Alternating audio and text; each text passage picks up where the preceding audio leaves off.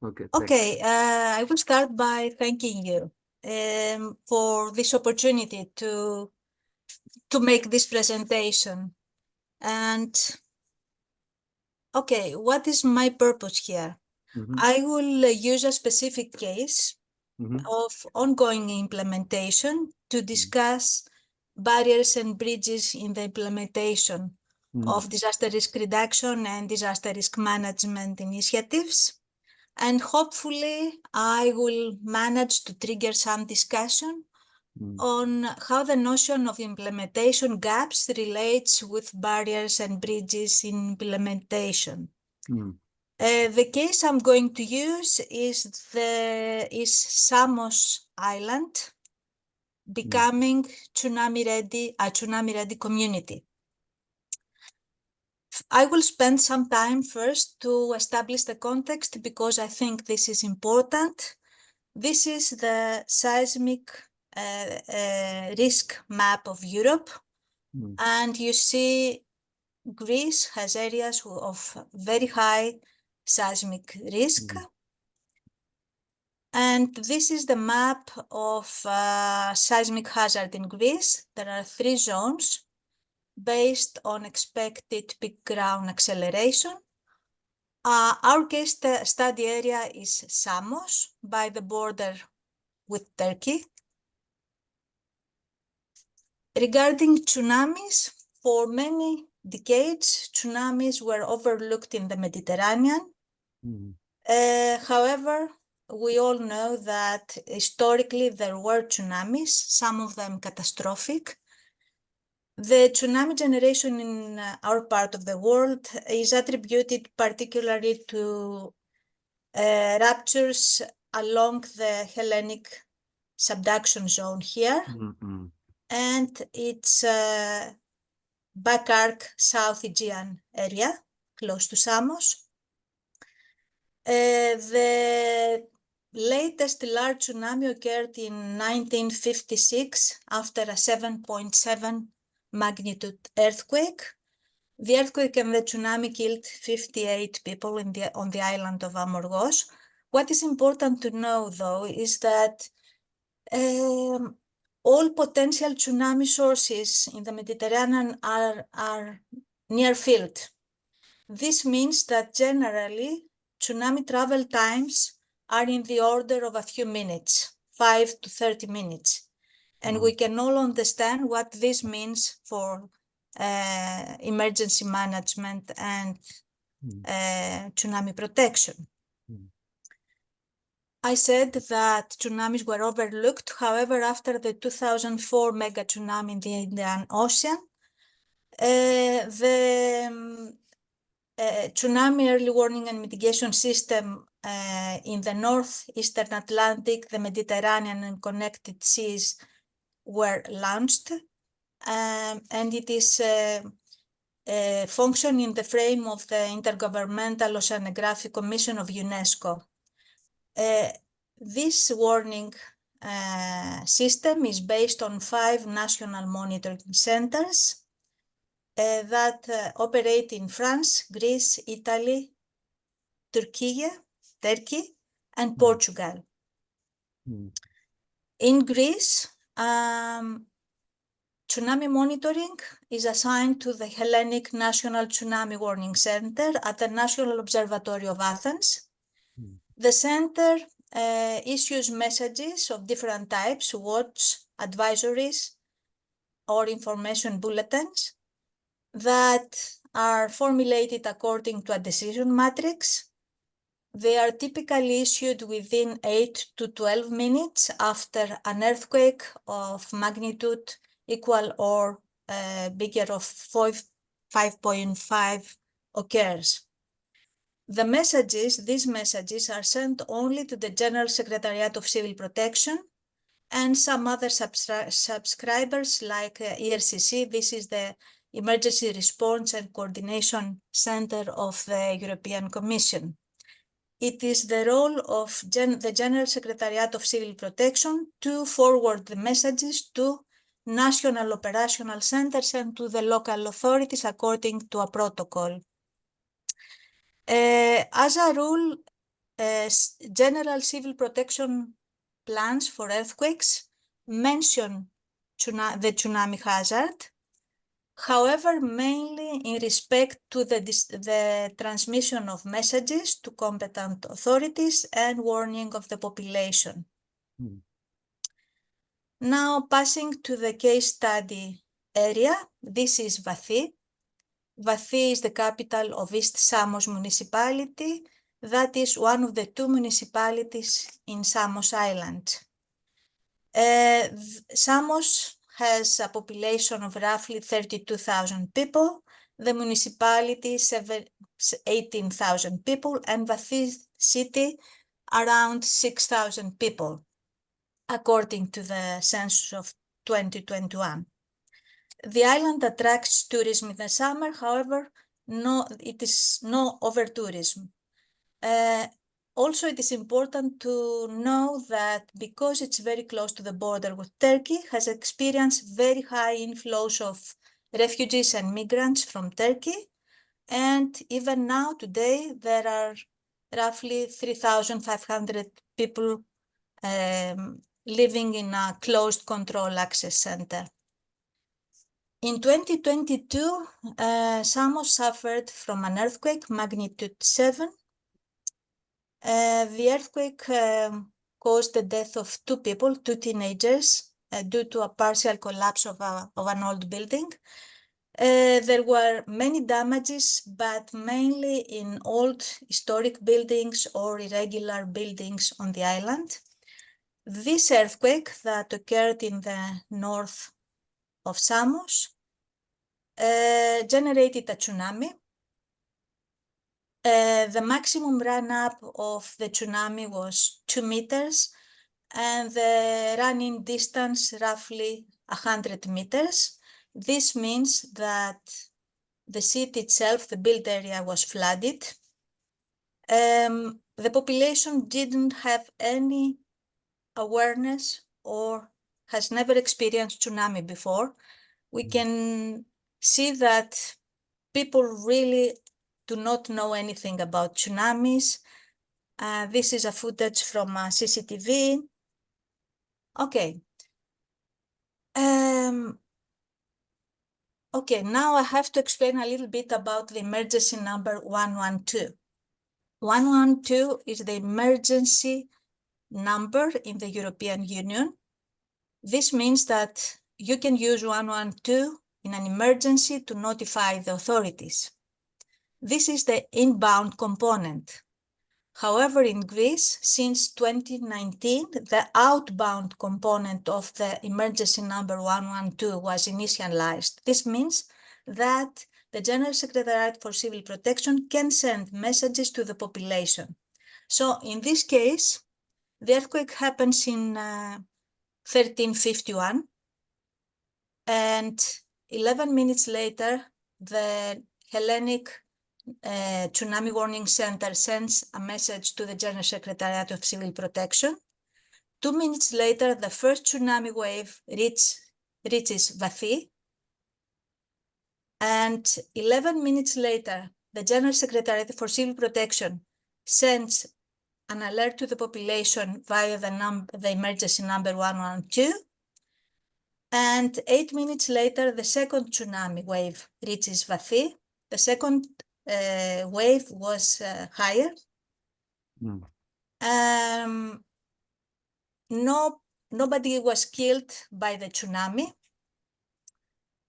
And having the experience of a recent tsunami, Samos seemed like the ideal case for promoting tsunami protection in Greece. The opportunity was given by a project. Coast Wave is the name. The project is financed by the European Commission, DG ECHO, and coordinated by UNESCO. These are the countries and the areas that participate, among them Samos. The project aims at strengthening the resilience of coastal communities in the Mediterranean to the impact of tsunamis and other sea-related hazards. Basically, the main aim is to make these communities tsunami ready. Greek partners, the Hellenic National Warning Center and the municipality of East Samos. But what does it mean that Vathi becomes tsunami ready? It means achieving 12 tsunami ready indicators that refer to assessment, preparedness, and response. For example, a tsunami hazard map needs to be in place and designated. Exposure must be assessed, exposure of the population. Regarding preparedness, there must be an evacuation plan, an approved evacuation plan, signage of evacuation routes and assembly areas. There must be activities for public awareness and one tsunami exercise every 2 years. And regarding response, there must be an emergency response plan and the capacity to respond to an emergency, as well as redundant and reliable means to timely receive messages and warn the population. How do we achieve this? There were a number of steps to achieve these indicators. The project started in October 22 with a kickoff meeting in which many first and second responders and other stakeholders participated. There was an open seminar for the general public in February 2023 and a meeting with local stakeholders the next day. There were seminars at local schools on tsunami protection. The tsunami hazard maps for Vathi, the evacuation map, and standard operational procedures were drafted for the city. Here are some some photos and some publicity in the local news about different events. This is the hazard map that was drafted. It is based on extreme earthquake scenarios. The hazard zone that goes well into the city, and the evacuation map, the assembly areas, and the evacuation routes. These were presented to the local stakeholders and were discussed in June 14, 2023. And in November, we had an exercise, Samos Wave 2023 was the code name, that involved two components. One was drills in 2 local schools, and the other was a tabletop exercise on tsunami response. The exercise was part of a broader European exercise called NIAM Wave 23, and they shared the same scenario. The scenario was based on an earthquake of magnitude 8.1 that occurs south of Crete and generates a tsunami. Now, I will start with a component of school drills. First, the initial meeting with the teachers, then the typical exercise protocol for schools. It is based on duck cover hold when the earthquake happens, and then an organized evacuation to the city yard, to the schoolyard. This is typical. It's supposed to take place twice in each school in Greece. However, this time, while the people were in the schoolyard, a message arrived via 112 for a tsunami, and the decision was made to evacuate to another place protected by the tsunami via designated evacuation routes to a designated evacuation space where people stayed until the message from local authorities arrived that the alarm is over and it is safe for them to go back. To my knowledge, this is the second time that a tsunami evacuation exercise of this type takes place in schools, because typically the protocol for schools do not involve tsunami protection. The second component was a tabletop exercise. Why? First, to test the transmission and reception mechanism of tsunami messages, to promote preparedness, and to test our tsunami emergency planning and evacuation plan prepared for the city. The scenario, the earthquake of magnitude 8.1 occurs south of Crete. The tremor is felt in Samos. The Tsunami Warning Center sends the message to the General Secretariat of Civil Protection for a possible tsunami event. The message is received or not by the municipality of Eastern Samos and the region. A number of messages are issued and transmitted as the situation evolves, and also messages are sent through the outbound component of the emergency service 112. The tabletop exercise unfolded in 10 episodes, from the routine period to the earthquake to the first message about a tsunami, different messages about the potential of a tsunami, to the final end of the alert. This is how a message looks, the message that reaches the authorities. And of course, the emergency number 112 also was used to for receiving messages. The exercise, both the components, was evaluated in a comprehensive way, I think, by external evaluators, by the participants themselves, and by the team who designed the exercise. And a number of lessons to be learned or barriers were identified. I will start by saying that although tsunami messages are issued promptly and the General Secretariat for Civil Protection is notified as a rule within 10 minutes, the downstream dissemination to the local authorities needs improvement. Also, there is an over-dependency on the outbound component of the emergency number 112 to alert the population, and this was not justified according to our exercise. Perhaps you saw the photograph I saw of people from the tabletop exercise. They were not waving to us.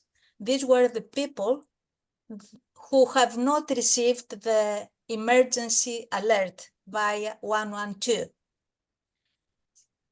Also, it was very clear that local plans need to be changed to integrate tsunami hazard, but for this to happen, the national plan needs to be adjusted. And also the same applies for emergency planning for schools.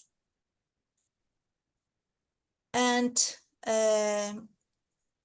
also we did draft the hazard map, the evacuation map.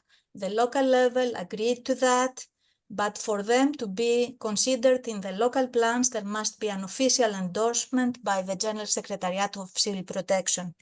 These, I think, constitute a number of institutional, organizational, and technological barriers. And to continue, it was very clear that emergency cooperation and coordination at a local level were based on personal relationships and unofficial communications, for example, using their personal mobile phones. This system can be resilient, can be effective. However, it was very clear that some stakeholders were not included, they were left out. Also, it was a big problem for the local level to endorse the evacuation plan, because in some areas, evacuation routes were passing through very narrow streets with traditional historic old buildings. So the local level thought that there might be legal liabilities in case of human losses in case of an evacuation. Also, it had been proven very difficult to involve some stakeholders, for example, the church, health institution, the hospital, some institutions for the elder, because at a local level there were different divisions from political to personal that were expressed in the public domain, and this, I think, constitutes some contextual and cultural barriers to implementation. Furthermore, there were still a lot of uncertainties in tsunami assessment, tsunami hazard assessment, even more tsunami risk assessment in the Mediterranean, and also the tsunami travel times being so short is a huge barrier.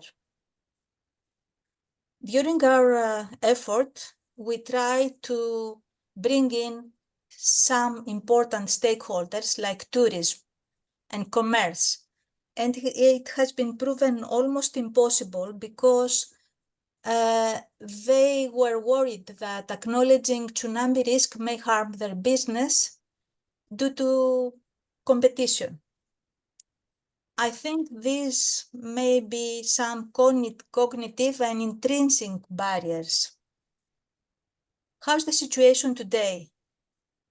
The report on the evaluation is ready. It's going to be disseminated to local stakeholders to inform their planning and implementation if the General Secretariat of Civil Protection permits that. There were elections for mayors and heads of regions in October, and the mayor of East Samos changed in January 1st this year. The National Observatory of Athens was transferred from the General Secretariat for Research and Innovation to the Ministry of Climate Crisis and Civil Protection. This means there's a lot of resentment and worry of the people in NOAA that they will lose their research capacity and they're going to be administrators soon. And the project finishes by January 24. These are very pragmatic barriers to the implementation of this effort, which is not the first time that a similar effort, I hope not exactly similar, happened in Greece. There was a similar project after the KOS 2017 earthquake and tsunami. It was called Coast Wave 19. This project was successful until it wasn't.